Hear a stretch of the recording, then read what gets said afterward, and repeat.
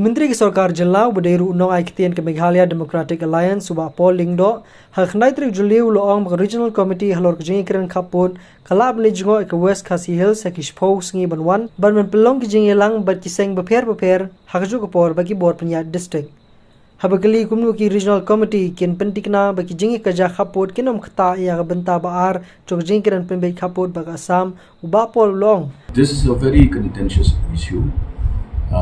But we would like to move forward. First and foremost, the approach of the government, which is to get the views of the local community, is a very viable and valid approach.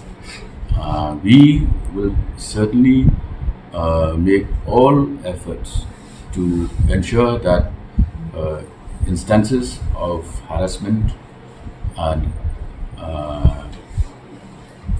put an immediate stop to, and for this we will do our duty.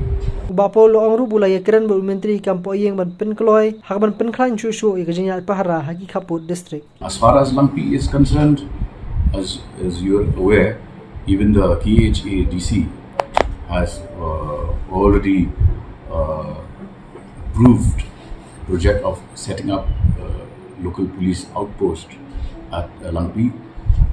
I think that must proceed. Ulong ru sarkar kan sakmi bania ya ki kot kisla bat hangno badon ki kot kisla ki babiang hakin nong song kan pen klan chu ya kania bakal Langpi kedai ke benta jong Meghalaya.